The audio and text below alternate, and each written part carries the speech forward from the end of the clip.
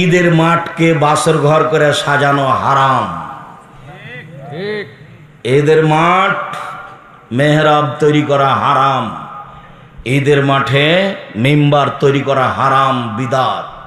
ঈদের মাঠে বাঁশ দিয়ে সাজানো বাসর ঘর করা, 3-4 বার সলাতের জন্য ঢাকার সেই জাতীয় ঈদগাহের মতো, এগুলো সব কাবিরা গুনাহ, হারাম। আব্দুর রাজ্জাক সাহেব দুনিয়াবাসী করছে যে শুধু দুনিয়াবাসী না, সারা পৃথিবী করবে। শিরক আর বেদাত মানুষের কাছে প্রিয় হয়ে যাবে। শিরক আর বেদাত মানুষের কাছে কি হয়ে যাবে? প্রিয় হয়ে যাবে। ও তো কোনো সময় বলবে না যে এভাবে কিয়াম করে, এভাবে মিলাদ করা বিদাত। ও তো ইবাদত মনে করে করছে। আপনি আহলে হাদিস মানুষ, আপনি কি কম করেন? আপনি তার চেয়ে বেশি করেন বিদাত। ওর 10টা চলে, তো আপনার যদি একটা চলে তো তার 10টা চলবে। আপনি তো বেদাত করতে খুব মজবুত। আপনি ইফতার দেরি করে করেন। আমি বলছি যে হাদিসে যা বলছে তাতে সরকারিভাবে সূর্য ওঠার যে সময় দেওয়া আছে তার 30 মিনিট আগে হতে হবে, তাহলে হাদিসের উপর আমল হবে। তা আপনিও বলছেন যে একটু দেরি করি 3 মিনিট, তো কি হলো এটা? আপনি রমজান মাসে একবারে ডাকছেন, আপনারা একবারে আস্ত আহলে হাদিসের মসজিদে বলছে আপনারা উঠেন, সাহারি খান, আর 20 মিনিট আছে, 5 মিনিট আছে। এত মাতাব্বরি পেলেন কোথায়? কে বললো আপনাকে এগুলো? হ্যাঁ, কে আপনাকে কিছু বলে না? আপনার হুঁশ হয় না? ওই সময় আপনি চিল্লান তো কেউ তো তারাবি পড়ে। আমি তো জামাতে তারাবি পড়ি না। আমি তো ওই রাত্রি 10টায় বা 11টায় বা 12টায় বা 1টায় উঠে সলাৎ শুরু করেছি। আমি তো আজান, ফজর আজান পর্যন্ত সলাৎ আদায় করবো। তা আপনি যে চিল্লাচ্ছেন যে এখন 3টা বাজে আপনারা উঠেন, তারপর মাঝে মধ্যে কোরআন মাজিদ পড়ছেন, গাজাল পড়ছেন, তা আপনার গাজালের কারণে তো আমি ইবাদত করতে পারছি না। আপনি একটা আস্ত বেদাতি বদ মানুষ। আপনি বলছেন যে আমি ভালো দেখাচ্ছি, ওই ভালো রসুল দেখাননি, সাহাবীদের ওটার প্রয়োজন নাই। দিলে আজান দিতে হবে, নাহলে কিছু না। আগেকার আমার মা চাচিরা কি দেখে ভাত রান্না করতো? 3 তারা, 7 তারা, 3 তারা হয়েছে, সেটা করব। আপনার চিৎকার শুনতে রাজি নই, শায়রিন বাজানো শুনতে রাজি নই, আপনারা উঠেন শুনতে রাজি নই, 5 মিনিট আছে শুনতে রাজি নই। সব হারাম, সব বেদাত। ঈদের মাঠে সব কিছুই হারাম।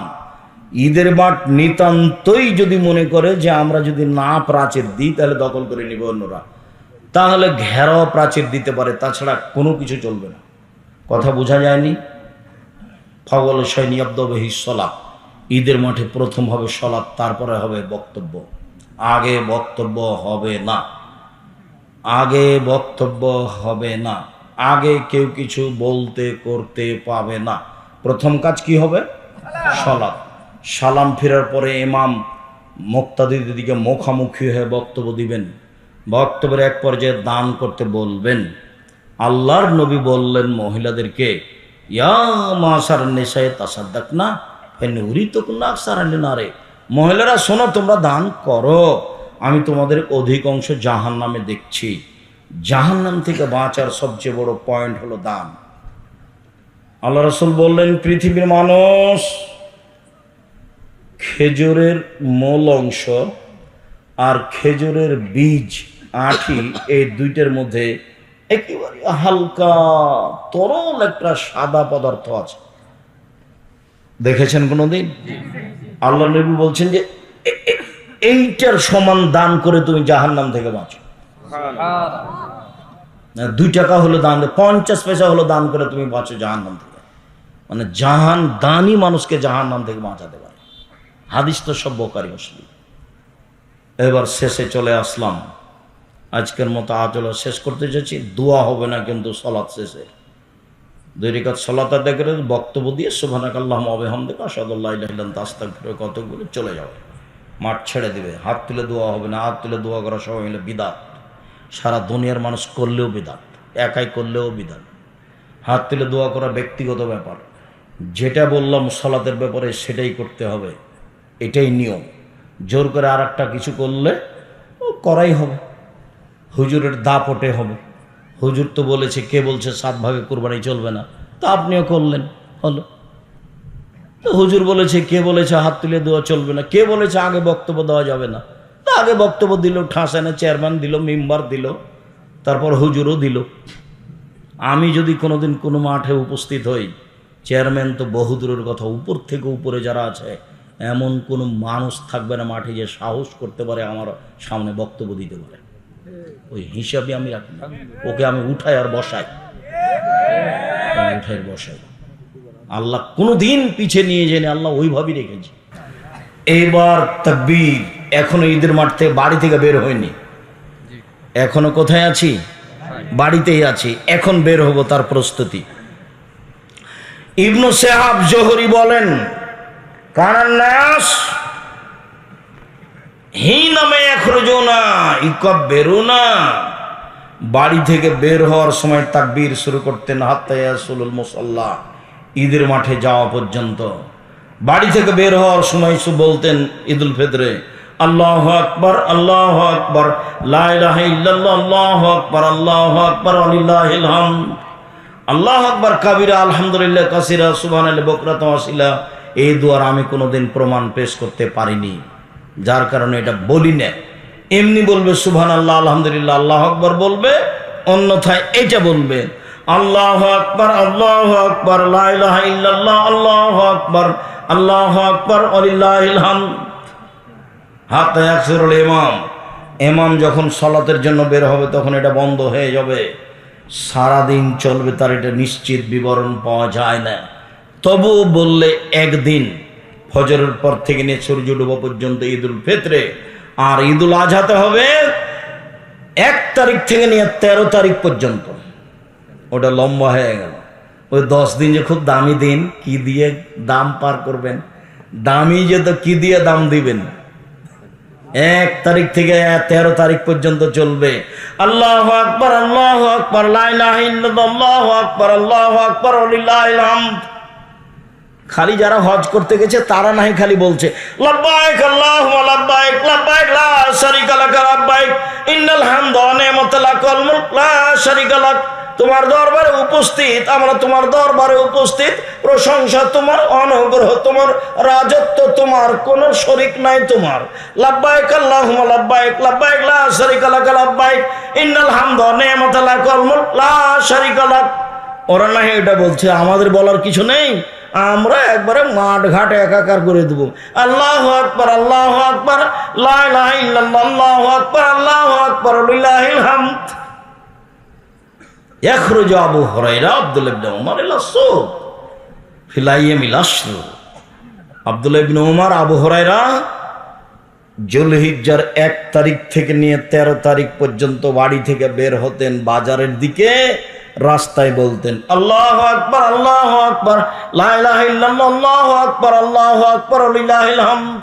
ওই কবরের নাস মা তাকবীরাতিহিমা, ওদের দুইজনের সাথে যারা শুনতো রাস্তাঘাটে বাজারে, তারা বলতো আল্লাহু আকবার, আল্লাহু আকবার, লা ইলাহা ইল্লাল্লাহ, আল্লাহু আকবার, আল্লাহু আকবার, লিল্লাহিল হামদ। পুরুষেরা এবার ঈদের মাঠে যাচ্ছে, তাহলে মহিলাদের সাথে নেন, তারপরে তখন ঈদের মাঠ। এখন আমরা কোথায় আছি? রাস্তায়, বাসা থেকে বের হচ্ছি, মহিলারাও বের হবে।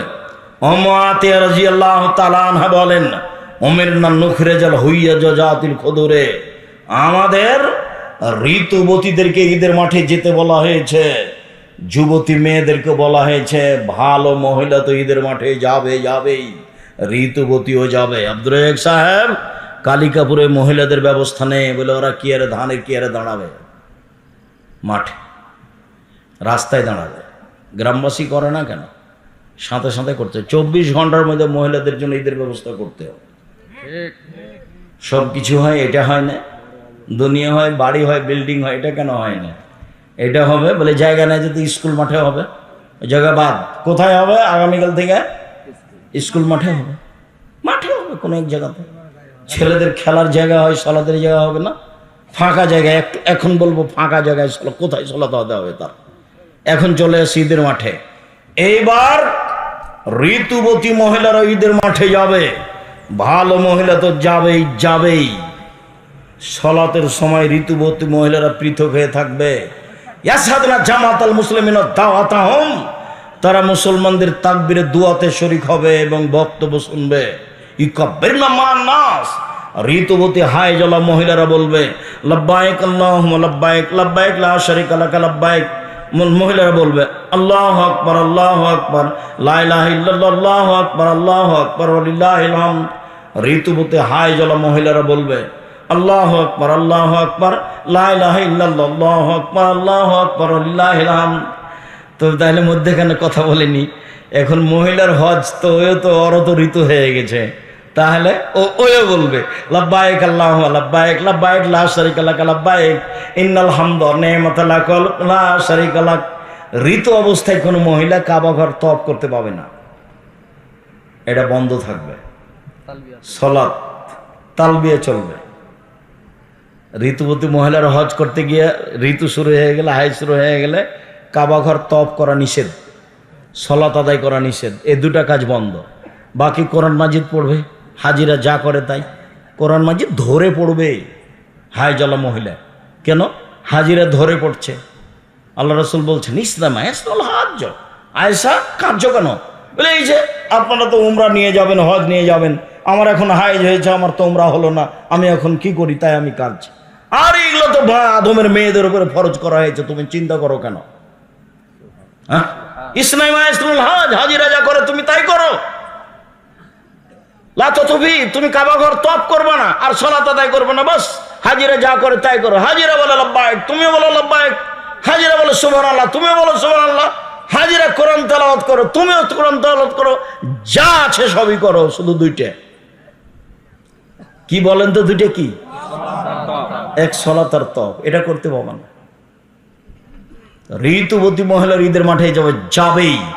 একজন মহিলা বলল আল্লাহ রাসূল এহদারা লাইসা লাহা জিলবাব, আমাদের অনেকের মহিলাদের না কারো কারো চাদর নাই, তো কি গায়ে দিয়ে যাবে?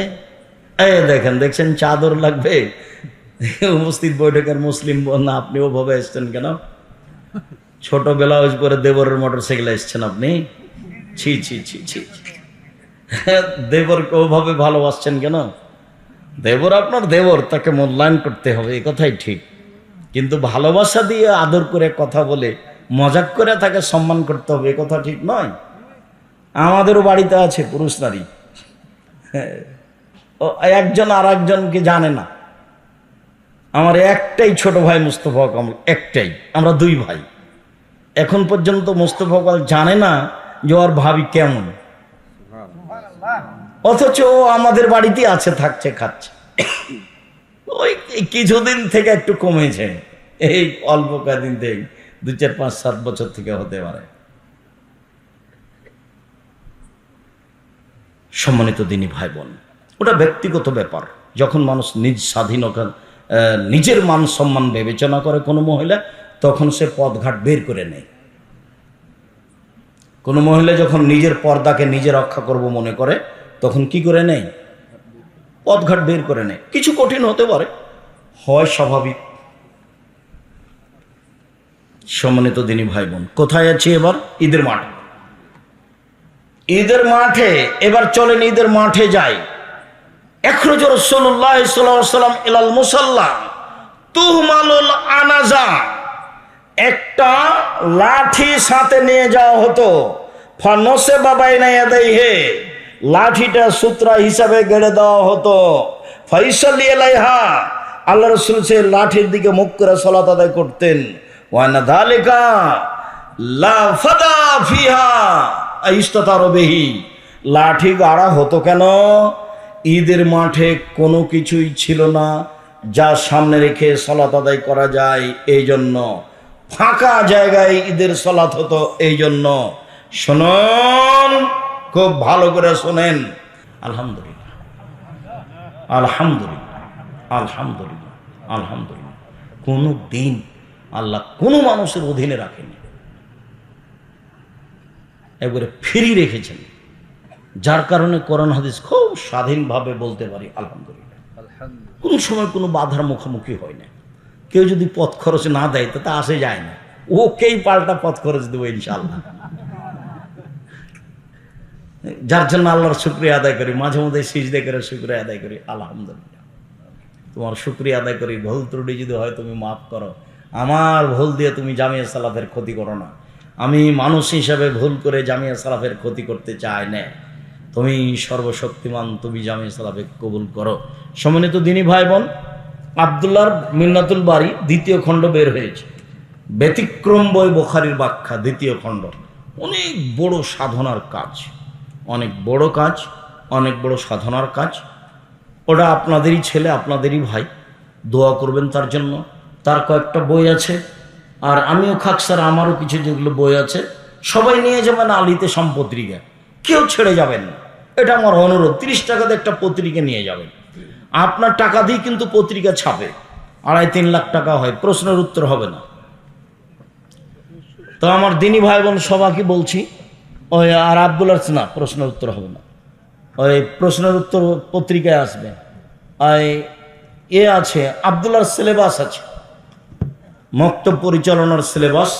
আমি আপনাদেরকে যে আলোচনাটা করলাম সে আলোচনা মেনে যাওয়ার অনুরোধ জানাচ্ছি, এবং সবাকেই দুয়ার বই আছে, নামাজের উপরে আমার লেখা বই আছে, এসব বইগুলো সবাকে নিয়ে যেতে বলছি। টাকা না থাকলে একটা পত্রিকা হাতে করে যাবেন, আব্দুল্লাহর সিলেবাস নিয়ে যাবেন, আলিতে সম পত্রিকা নিয়ে যাবেন 30 টাকা দিয়ে।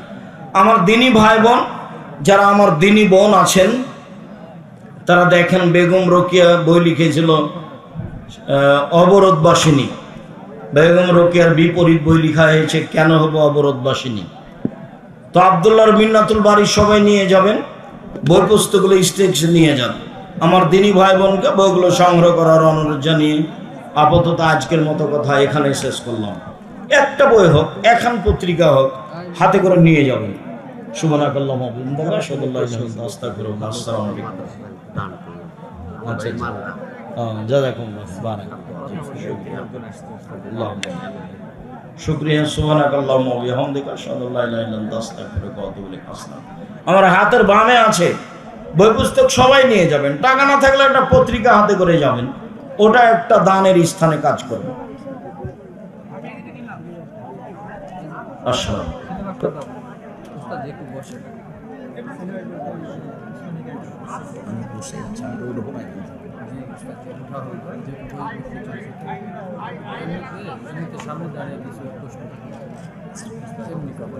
মিডিয়া তো সব